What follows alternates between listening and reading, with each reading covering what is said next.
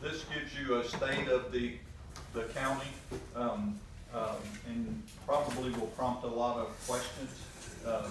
As Jer said, that I've been a county commissioner now for a whole 2 years, so this is my third budget process that I'm getting ready to go through, and it's been an interesting time. It's amazing to me, and because I have a master's degree in strategic studies. I did the coursework for the master's degree in public administration, but I've worked in the private sector when I'm not. I've been with the Prudential Insurance Company of America as a financial advisor for 32 years. So when I wasn't off wearing Uncle Sam's uniform in all parts of the world, I was sitting down in some cases across the kitchen table from people and talking about finances and where they ought to go and how they ought to get there. So one of my biggest eye openers as a brand new county commissioner was how much you think you're in control of something and find out that you're not. For instance, the county budget is about $350 million, and I'm just using round numbers. The general fund, which you get to set the millage rate on, is about 125 million. 60% of the general fund goes to the constitutional officers.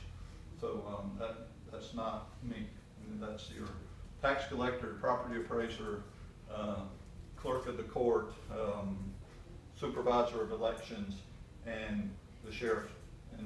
So, and in addition to that, in Florida, the county is in charge of providing all the office space and coverage for that. So it's really a dilemma where you see lots of money coming in, but what you get to control as a policymaker is not always one and the same.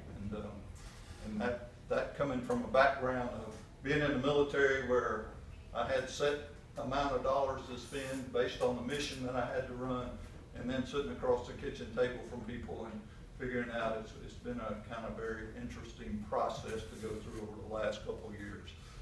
So what I'm going to do is ask Jer to start, and this is going to give you a state of the county what our priorities are and those kind of things. Hopefully it'll give you a good overview of what the county does. I think it actually is a pretty good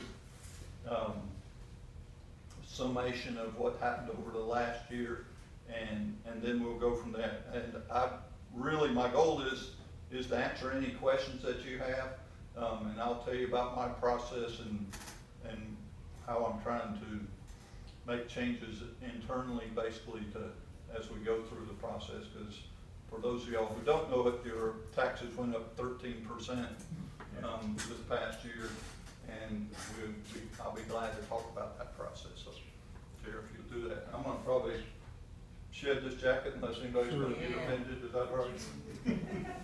I wore a uniform for 33 years, so I'm pretty well versed in those things.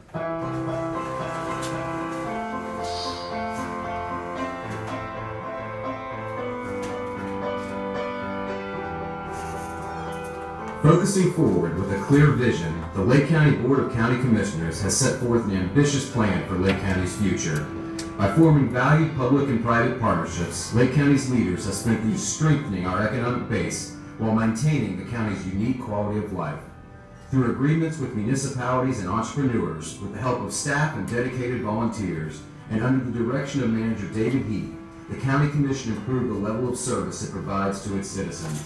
With our efforts, Lake County will remain an increasingly desirable location for families and business owners, visitors and residents, athletes and retirees alike. It is now our pleasure to share with you some of the Board of County Commissioners' most notable accomplishments this year.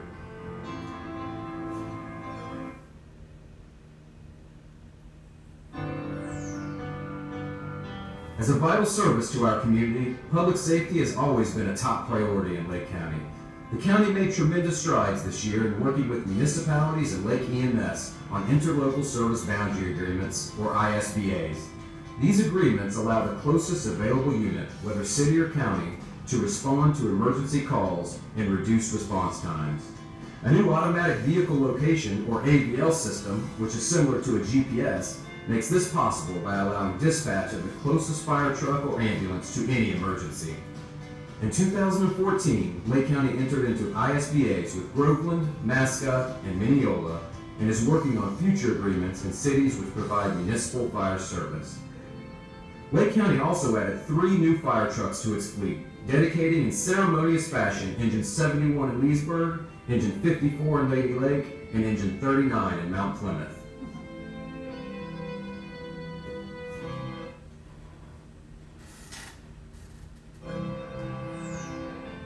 Lake County is paving the way for the future by designing and building roads, making the daily drives of citizens more smooth and direct. Most notably, in late 2014, Lake County officially approved a major project to help construct a new turnpike interchange east of Mineola by making North Hancock Road 4 lanes. The $8.6 million project, with $1.9 million funded from a Florida Department of Transportation grant, could be complete as soon as December 2016. Lake County, in partnership with the villages, funded the construction of a 1.3-mile segment of County Road 466A adjacent to the new villages of Fruitland Park. Using a $4.3 million Florida Department of Transportation grant, Lake County will move forward with the next phase of construction during the summer of 2015. Additionally, the county worked on the following major projects in 2014. Completion of the North Hancock Road Custom Emergency Access Median, allowing fire trucks to safely exit Legends Way in Claremont. 4 miles of paved shoulders built along County Road 450 in Umatilla, using $2.1 million in grant funding towards the $2.7 million project.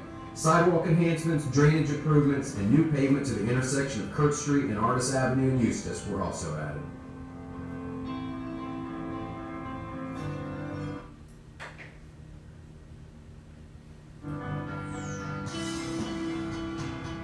Lake County has had a productive year promoting the county to entrepreneurs and tourists, focusing on our business-friendly support system and unique quality of life. Infrastructure is one important factor to attracting businesses to our area. I feel Lake County is attractive for the fact that we are outside of busy Orlando, but yet only 30 minutes away. We have a growing community here with a lot of room for growth with the expanding residential and commercial markets. Years in the making, county commissioners paved the way for an economic boom in South Lake when they executed their vision for the Wellness Way sector plan. Originally conceptualized by Commissioner Sean Parks, Wellness Way will consist of a mix of health and wellness industries, manufacturing, technology, and residential units on a large, currently undeveloped tract of land south of Claremont. Through consulting with the many stakeholders in the area and the city of Claremont, the refined plan has been molded to be mindful of quality of life while laying the groundwork for a strong economic base for generations to come. It is no secret that Lake County's economic base lies in the manufacturing sector. Statewide, manufacturers employ 4% of the workforce, and in Lake County, that number tops 7%.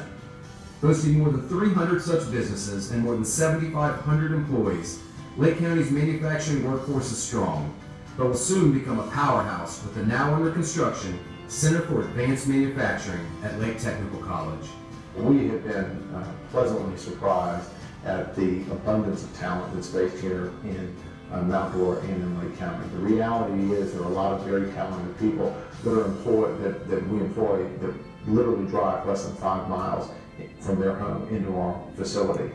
In October, the Center for Advanced Manufacturing hosted its groundbreaking ceremony, and when completed, will fill Lake County's need for high-tech manufacturing workers. Lake County, Lake Technical College, Senator Alan Hayes, and Representative Larry Metz together secured $1.4 million for the center, which is set to be one of the premier workforce training facilities in Central Florida. To help foster the relationship between the future workforce and local business leaders, Lake County held semi-annual Partners for Success events, which showcased career and technical education programs offered by Lake County schools such as culinary arts, manufacturing, and mobile application development. In addition to promoting the manufacturing industry, Lake County continues to work to attract skilled, higher-paying jobs in industries such as health and wellness, agriculture, and technology. Lake County's economic indicators all point to a growing and healthy economy, with the labor force up 3.6%, employment up 4.6%, and jobs increasing more than 3% year over year. You've got everything you need here, and Lake County for a long time was considered to be a bedroom community to Orlando. That's changed. It is now definitely open for business, and it's a great place to do business.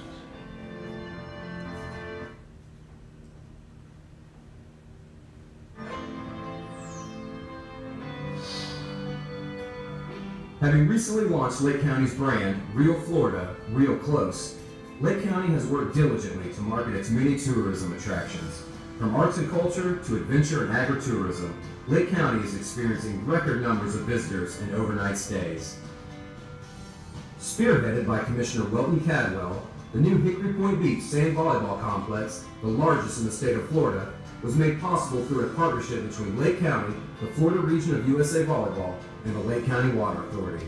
The construction of the complex was fully funded through tourist development dollars. After the opening of the volleyball complex, the Educational Foundation of Lake County's Lady of the Lakes Renaissance Fair needed a new home. Lake County helped prepare land at State Road 19 and County Road 448 and donated $50,000 in tourism taxes for infrastructure to help the fair move to its new and larger location in Sherwood Forest. Lake County also held its inaugural Tourism Expo in June with more than 50 exhibitors in attendance. With a name like Lake County, it's no surprise we are known as a top-notch location for fishing tournaments, water ski championships, and boating competitions. That's why popular events such as the Oakley Big Bass Tour are now calling Lake County home. The tour made its splash on the Harris Chain of Lakes in March 2014. Based at the Hickory Point Recreational Facility, the popular tournament drew large crowds by offering amateur anglers the chance to compete for thousands of dollars in cash and prizes. Through a tourism capital funding grant, improvements were made at the facility to build new floating docks, making the area all the more appealing to large-scale fishing tournaments like Oakley's. But the county is known for more than just water sports, hosting the National Golf Association's Lake County Classic, Dot Richardson Softball Spring Games, and the Florida High School Athletic Association's State Golf Championship in partnership with the Central Florida Sports Commission. If it's hard to keep track of all of these sporting events, Lake County has you covered. This year, the county launched its highly anticipated sports website, www.sportsinlakefl.com. From triathlons to golf, the site showcases the county's state-of-the-art sports venues and details why Lake County is a prime destination for sporting events and activities.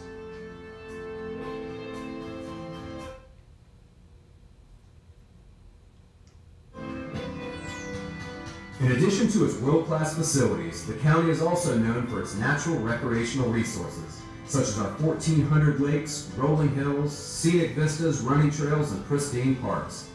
The county began work in 2013 on safety improvements to sections of the South Lake Trail to include striping and crosswalk upgrades. Now open for runners, bicyclists, and hikers, the 9-mile South Lake Trail connects to the 19-mile West Orange Trail and features 5 access points. Donated by the St. Johns River Water Management District, the new Pine Meadows Conservation Area is the second largest public lands property in the county at 770 acres. The county is working to promote wetland and aquatic habitat enhancements at Pine Meadows, as well as future paved trails to the Trout Lake Nature Center and Lake May Reserve. The newest Parks and Trails property, the Green Mountain Scenic Overlooking Trailhead, is set to open in December. Developed in partnership with the St. Johns River Water Management District and the Green Mountain Scenic Byway Committee, it includes a 130-foot elevated boardwalk leading to an overlook with views of downtown Orlando and Lake Apopka. The trailhead will become the western gateway to the 16-mile Lake Apopka North Shore Restoration Area Trail.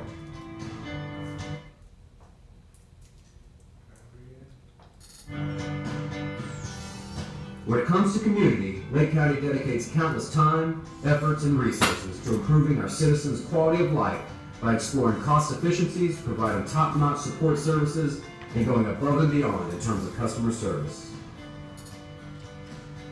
Under Lake County's new residential curbside collection program, which launched October 6th, residents were issued larger recycling carts. As good stewards of the community, the county hopes to lower costs and encourage citizens to reduce waste volume through the single-stream recycling program. Animal Services made strides in its community outreach in the number of animals adopted, rescued, or reclaimed by owners in 2014. For dogs, the live release rate increased by nearly 150%, and just shy of 200% for cats year over year. In an effort to enhance operations and provide additional resources, the Board of County Commissioners turned over operations of the Animal Services Division to the Lake County Sheriff's Office in October. Working in partnership with the Sheriff's Office, Lake County was awarded a $1.2 million reinvestment grant to continue its mental health substance abuse jail diversion program.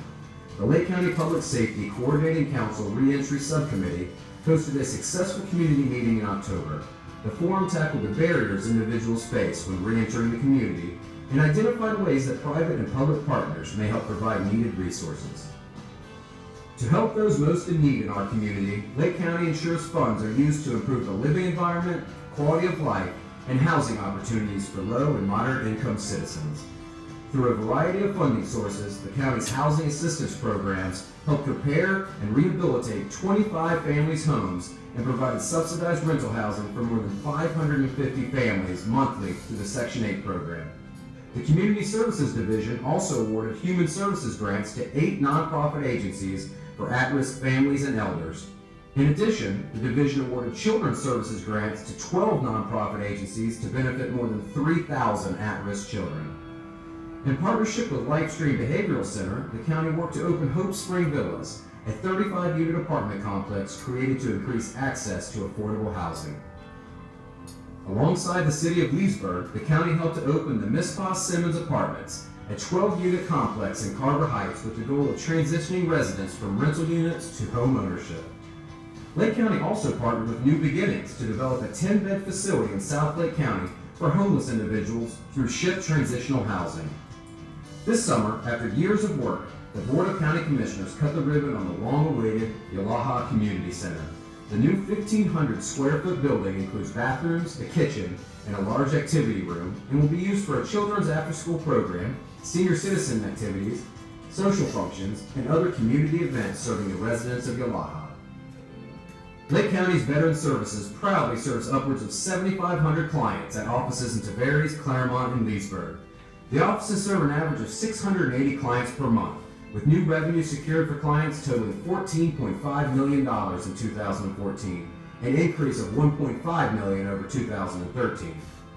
More than 350 volunteers contributed over 25,000 hours of assistance in the literacy program, Adopt a Lake, Teen Court, Emergency Services, Parks and Trails Division, and Animal Services, to name a few.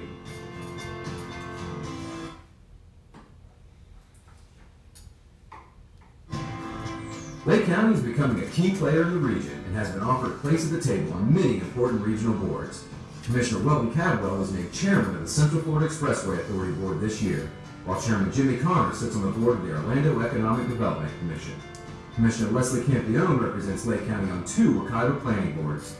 Both Commissioner Sean Parks and Commissioner Cadwell sit on the East Central Florida Regional Planning Council, and Commissioner Timothy Sullivan is the County Commission liaison to the League of Cities.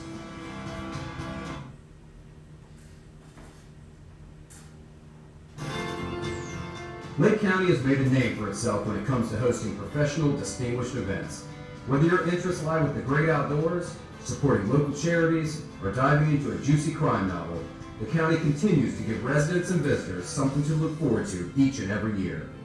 Now in its 3rd year, the award-winning Wings and Wildflowers Festival showcases Lake County's growing reputation as Florida's premier birding destination. In fall of 2014, the festival was held for the first time at Venetian Gardens.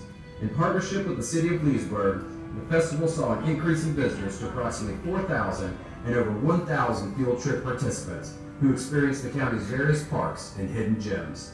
Hosted in conjunction with the UF IPAS extension in Lake County, the 3rd annual Central Florida Landscape and Garden Fair, held in May at Discovery Gardens, provided gardeners with an opportunity to browse and purchase goods from dozens of exhibitors specializing in landscaping, gardening, irrigation, and much more.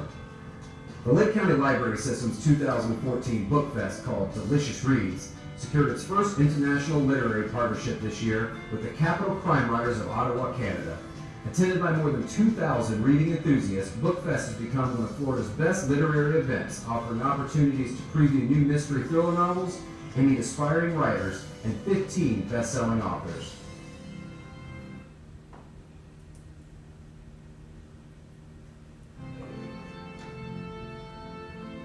From expanding public services to paving roadways, From promoting business growth to enhancing tourism, the Lake County Board of County Commissioners has its sights set on a vision for the future. This vision lies with a strong economy combined with a unique quality of life. Two key values that make Lake County a place where people want to live, work, raise a family, and visit. Our focus is to lay the groundwork for future generations to create a bright path for Lake County. Focusing forward, forging ahead.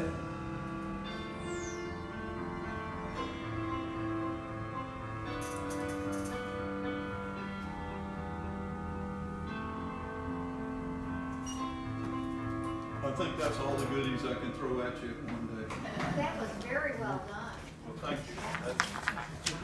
It really does give you a flavor for what happens in Lake County. I think, you know, I've been a resident of Lake County since I was a teenager. I actually moved here in 1969 and graduated from Leesburg High School and went elsewhere and so on and so forth. When I moved to Lake County in 1969, I think we had 35,000 or 40,000 residents. Today we have 310,000, just to give you an idea. So it's a very, very diverse. And what happens in South Lake County is not necessarily what happens in the Golden Triangle area, as we call it, Eustis, Mount Dora, that area. And then, of course, I grew up in Leesburg, so where I still live. So I live right at the top of District 1. So, now, you've heard all that. Let me give you some insight. And any time during when I just speak, because y'all paid for me to learn how to speak in an executive level at the Army War College. That's one of the elective courses I took. And during that period of time, they only let me make speeches for 3 minutes at a time, so you were off the hook for about a long time. The big issues that I see, Lake County, I don't think we did as good a job on solid waste as we could have, and some of that's because maybe we didn't focus on it on a big picture issue. We had an anomaly come up in which a new landfill was opened over in Sumter County, which is a regional landfill. So they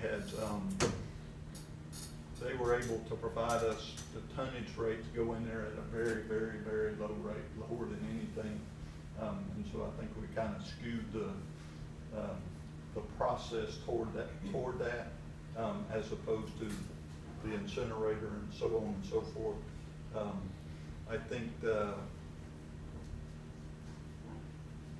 under plan that actually I just came from a county workshop talking about where we're headed in the future. It started at 9 o'clock this morning. We figured we'd go till noon or 1 o'clock, and I finally broke out of there about 3:15. But for the first time, I think we, as a 5 county commissioners, talked about policies and procedures, and that's not something that we had done in my first 2 years. And some of that's because we're focused so much on the budget that we didn't look at the big picture and make sure that we're headed all with the same ideas. For instance, well, public safety. Let's talk about public safety. We have for years kind of looked the other way on some of the issues in public safety. For instance, patrol cars, fire engines, and all that kind of thing. Because in 2008, the budget was roughly $15 million more on the ad valorem side than it is today. So we actually cut the budget.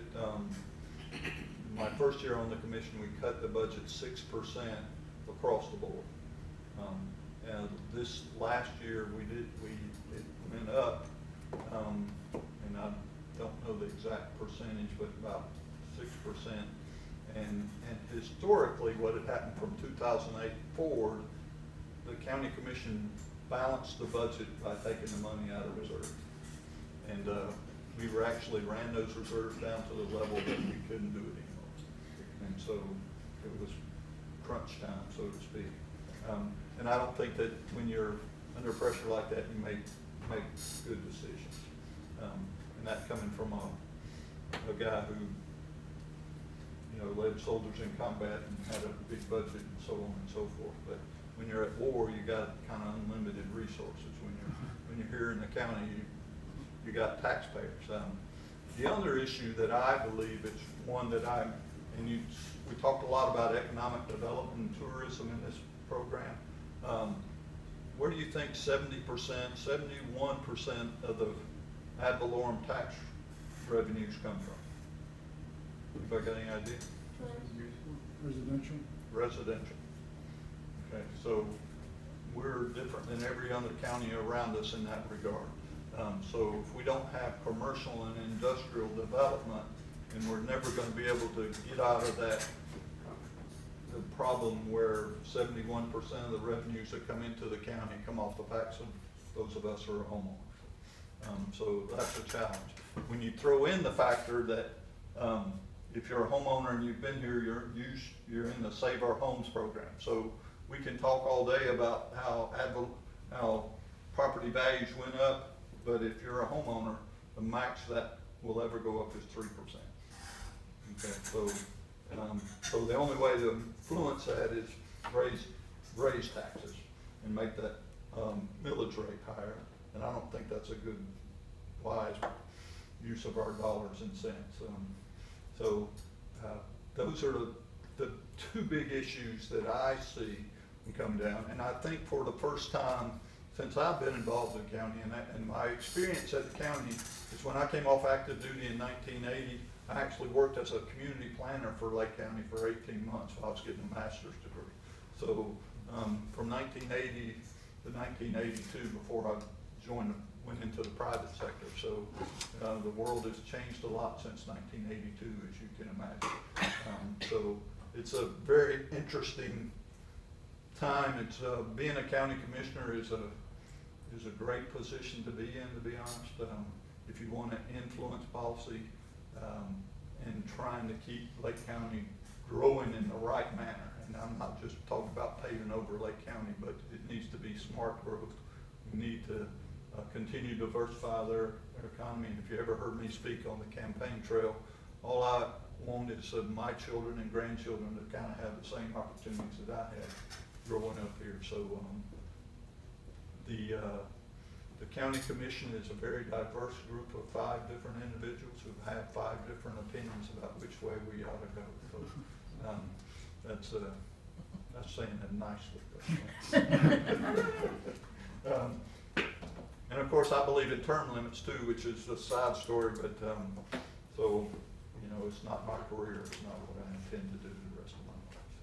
So, what questions do you have? What do you see and impact your life as we move forward and try to deal with these issues of growth? And when you obviously go from a county size of 40,000 to 300,000 in my lifetime, then public services are going to go up just because, you know, you got to have more ambulances and more fire trucks and more police officers, et cetera. And I think that's probably one of our challenges in not having a way ahead of that. Why is there such a big water problem? You know, every month we hear conserve, conserve, conserve, only do this, this, this, you know, because there's not enough water. Then they're gonna have this great big residential project beyond us and stuff. Where's that water gonna come from? And why did they give all this, the bottle company, I think it was in Niagara. where? Niagara. Yeah, why'd they do that when water was such a problem? Good question. 2 issues. Rainfall is substantially behind where it is, so the aquifer hasn't been recharged, and that's where we get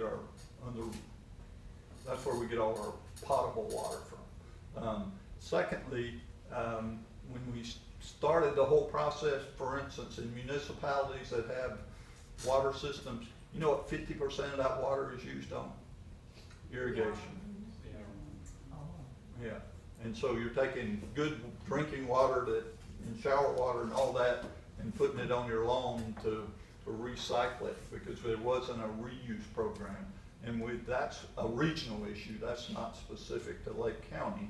And that's all handled at the state level, and the state is just now realizing, boy, we have a problem, because if you wanna stop growth, if we don't come up with a better water policy, then we will stop the growth that's coming to Florida. You know, I think in the next 3 months or something like that, we'll be the 3rd most populous state in America, the state of Florida. So growth is coming whether we want it or not. And so that's the big issue. And you know, we're part of a Central Florida Water Initiative to determine what water policy needs to go forward, and making sure also that the numbers that we're getting, like taking the water out of the aquifer, are correct. You know, it's like one of those things, we just used water and used water and used water, and we never came up with alternatives. And desalinization and all those kind of things, having lived in a great state of Kuwait for 2 years of my life, and desalination water is, boy, you think water quality is bad here, just drink some of that stuff, but that's a side story. Do I understand correctly that really you guys didn't have any control over that? That's correct. It's run by the That same. one man made the big decision about the water. Well, the water The bottled management, water. yeah, the water management district handles that. That's beyond the Is scope there of anything what- we can do about that? Well, I think we have to change the policy at the state to do more regional loop, and nobody wants to bite off that bullet, the state legislature, I don't think. And so the commission is focused on doing those kind of things, because really, if nothing else, for instance, the cities in South Lake County, Groveland, Mascot, Claremont, and Montverde are probably running about 80 to 85% of their water uses, so they don't have a lot of room to grow as they move forward. You guys, I don't know, where do you get your water from here? Leesburg. Leesburg, yeah. And we're the highest rate of water in Leesburg. They came in here, raised our water rates, Yeah. said they were gonna raise plantations the next year, and has not done it. Right. We are still running the highest rates in the county, Yep, and with no end in sight. yep, and that's, And it's our sewer that costs so much. yeah. They Oh, run in that's sewer, crazy. you also have sewers all the way Yes. down. Yeah. Absolutely. Yeah, and that's an issue. You know, the county is not in the utility business. We don't do water, we don't do sewer. And that's probably something 20 years ago they should have looked at to be in, because while it's not a moneymaker, you could have done it more efficiently than spreading the city of Leesburg. Well, we don't like them lowering water rates in the city of Leesburg, because they upped the rates here, and that's what they've Yeah, done.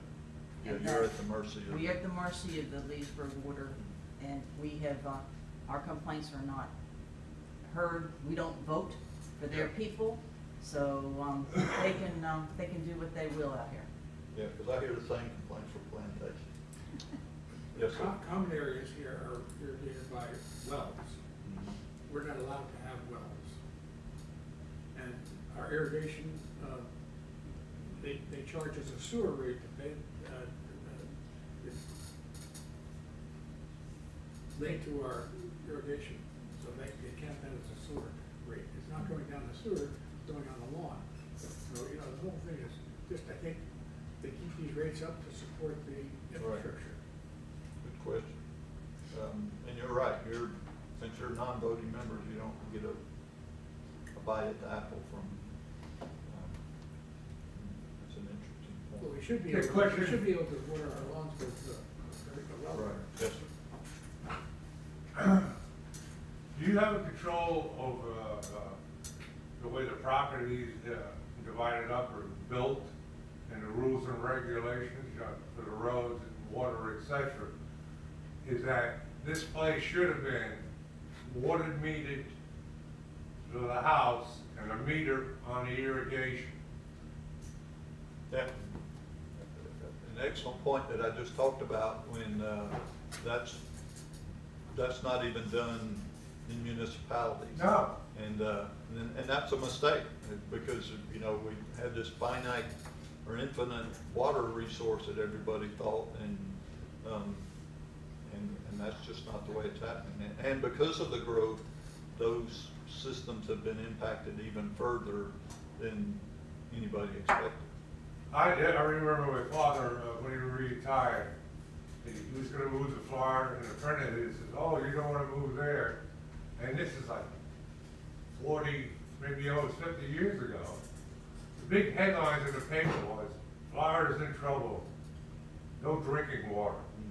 And how many years ago has this problem been around and no one solves it? You get St. John's water people, they walk on a cloud.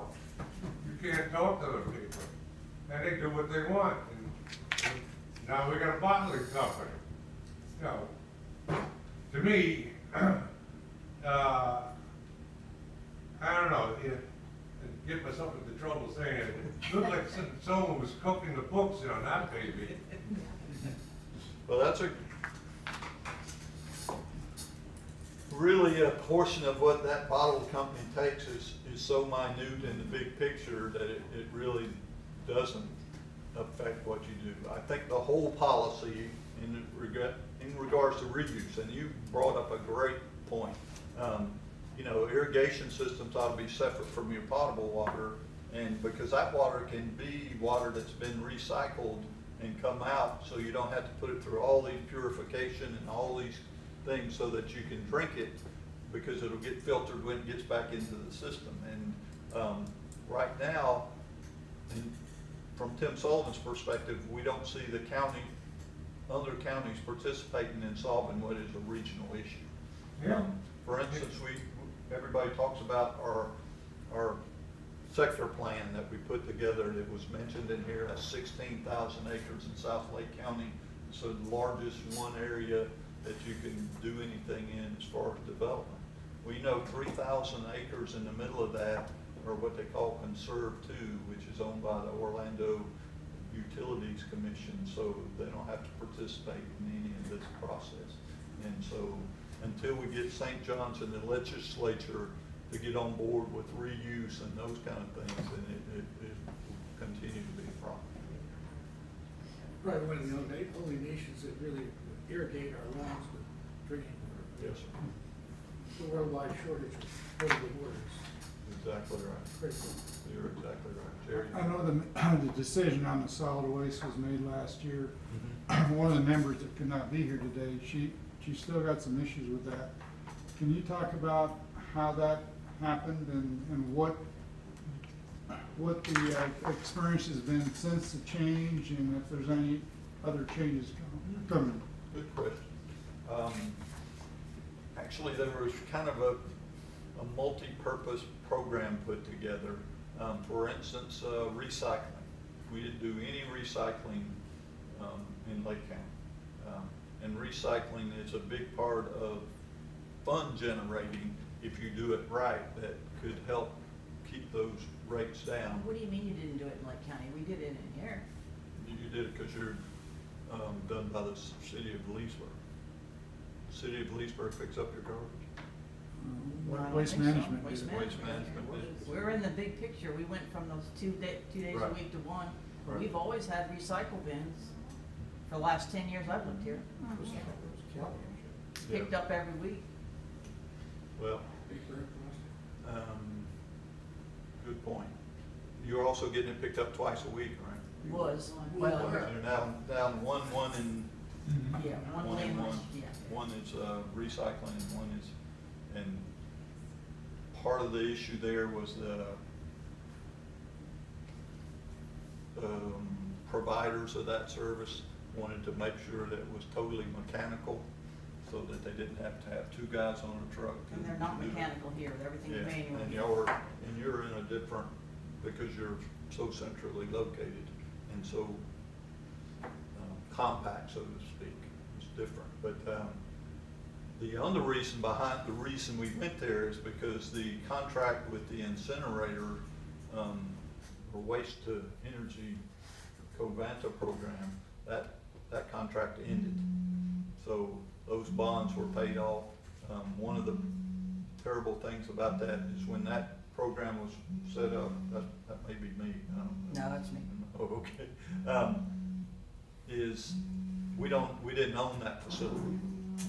We paid all the dollars and cents to make it go, and part of the contract then when that was done was we had to provide X amount of dollars, tons of garbage to go there to keep that incinerator efficient. And so a lot of what you thought were being recycled probably went right into that incinerator to keep the tonnage up. And so the other issue in for solid waste in my mind is we still didn't look at the total issue there. The 1-1-1 was designed that hopefully through recycling we had reduced the amount going into the landfills or to the incinerator, which would save dollars. And I'm not so sure, we won't know for a year, 2 or 3 years if that's actually working. So are you saying Leslie was right? Well, I voted with her, so I guess. Okay. So I would say yes, and that's trying to be politically correct. Don't have to. Don't, that's what's ruining our country. Yeah, and while I saw the other side of the coin, I think we could have, because the contract was running out, it goes back to my philosophy that sometimes you make decisions based on what you have to do, when if we really had another year before we had to implement it, and we kind of rushed the process and didn't look at everything that we could possibly do. So, and in regards to waste management and Covanta, when their numbers came back when we went out to bid on this, they were sky high. They were well above what we could do it elsewhere with. I mean, which would have cost you in the long run for the short term. So, yeah, would you talk a little bit about the tax increase? Most of the people who live in here are, I venture to say, almost all the people who live here are on fixed incomes. yeah. Who decided that? I voted against that too, but oh, man. One of the issues I believe is that we didn't hash out why we needed to totally raise taxes. For instance, we have capital dollars that your penny sales tax pays for, and we, rather than postpone projects, there were certain commissioners who wanted to make sure these projects got funded, and we did that through the normal budget process as opposed to keeping them in capital improvements, which would have delayed those projects going forward, and most of those had to do with parks and recreation. South Lake County has got a start on a regional park, which is actually in my district, which I voted against because it was $1.5 million that I didn't think was appropriate. Another was $800,000 to expand a park in the Sorrento area. Another was $200,000 to provide lights to a municipality ball field. Just to talk generalities, and we never got into okay, where are we heading? Why are we funding these projects now? We try to do that in a public hearing, and while public hearings are well and good and wonderful, and I think they're very important to the process, I don't believe that we looked at all the alternatives going forward of what we could have done. I truly believe that in order that while we probably did need to do a tax increase, that it needed to be more in line with inflation, which is about maybe 2 to 3%. Just because we hadn't provided employees with any kind of raise, we hadn't bought any new fire trucks, we hadn't done some of those things as we move forward. And then the constitutional officers, you know, one of the things that came up, we actually had a constitutional officer want to build a $2.5 million building, and nobody was willing to say, no, maybe it's not the right time to do that. Once again, you were on the right side of that issue too, if I recall. Yes, sir. One other question, what's the process of the county commission electing a chair for the coming year? We do it in the December meeting after the elections every year. You know, we elected a chairman 2 years in a row, and my first year on the commission, I actually said I thought we needed to continue that, and then I voted for Commissioner Connor to be, but after seeing the process and learning about the process, I think the chairmanship should be rotated every year, because we all represent the same group of people, and so and it's just the vote of the commission, 3-1. So we changed it this year on a 3-2 vote. Is there a way to make that a policy that the chair rotates yearly? We probably could do that, but it's a vote of the commission, so. There's no way we can help. No. But it's, you know, it's just different philosophies. It's,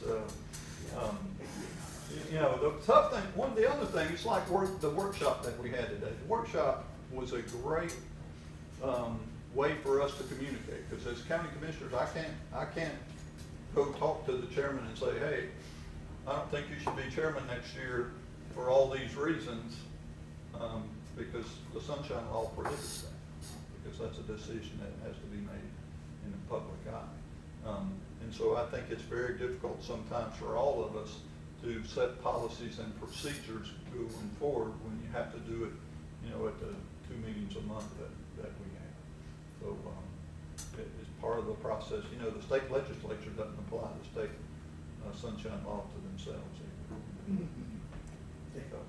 So, and I'm okay with being open and frank. You know, it's not, you know, I'm there to do what I believe is best and what I think people elected me to do. And, you know, if I don't get reelected, then I got a lot of other life that I can do. What other questions do you have? Well, I have to jump into it. If the sewage goes out and they treat it, if you had a sewage plant where you treat it and then you turn around and pipe the product back, you know, it would be like gray water, and use it on your lawns. And you get a community that's headed south of us here, you know, it's supposed to be industrial and how many thousand homes and all this other stuff. Right. No one it thinks ahead and said, okay, we're gonna do this and we're gonna control it this way. I think you make an excellent point. I think from this point forward, we need to be doing those kind of things. Yeah. And requiring those things as we move forward, because otherwise we'll never get out of the rut, that we'll never get out of the same old policy doing the same old thing. And I agree, and that's the initiative that we're involved in, hopefully is changing that process to require that as we move forward. That's a good question. Yes, ma'am. Regarding roads and infrastructure, Right. this 27 that's a state road, is that correct? It is a state road. It's also a strategic intermodal system, which is part of a big system of where goods and services get moved. And so it's the main one in Lake County, as you know, and throw in the turnpike, and because Interstate 75 is that way. Needs to be repaved. Because in the last 6 months, you really noticed the deterioration in some areas. Yeah, it actually is on their 5-year plan to pave it, and so we're moving in that direction. That paving happened through Leesburg and up to Lady Lake, and it's actually going to move south from Highway 27, where it starts in Lake County, and I think move this way. And that's an ongoing project. But it gets a lot of traffic. Yeah, it is. Yeah. I mean, the worst accident I ever had was on that road. So Yeah. somebody rear-ended me, totaled the car, and so on. Anyway, but that's a great question, and that's where we, on the positive side of the house, we work very well with our legislative delegations, and that's not to plug one guy or gal or anything else, but they at least listen to our concerns, and we've been able to work very well with the Department of Transportation as we move forward. So, good question. And unfortunately, transportation is something that just takes years to do. I mean, you know what it costs to build a road? About $1 million a mile, just to give you an example. So it's a lot of money. It's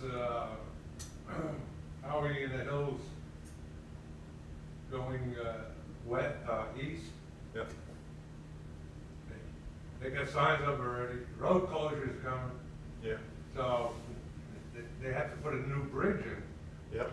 The Highway 19 bridge and through Howie is we're going to put in a new bridge there. When is that scheduled?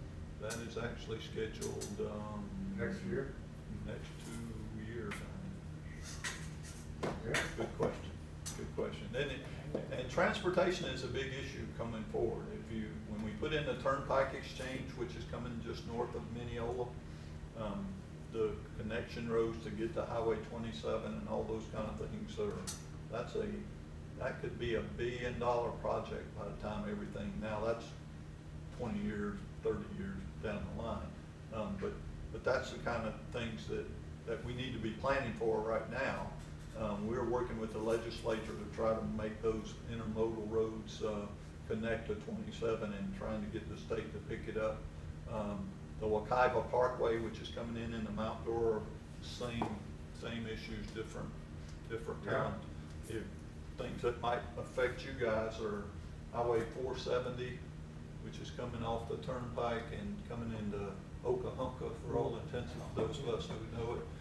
That road is scheduled to be 4 lanes by DOT standards, because that's probably another area that's going to connect. So Truck route. what's that? The truck route. Well, your trucking comes through that much. Right. Now, when they make that 4 lane, do they have to put sidewalk? Good question. You know, we have a $45 million deficit on building sidewalks, and that's another issue that we need to do a better job of if you put in a subdivision or a school or something. And then right now there's a movement at the state legislature to make local governments pay for that. And it's an issue. We have for instance,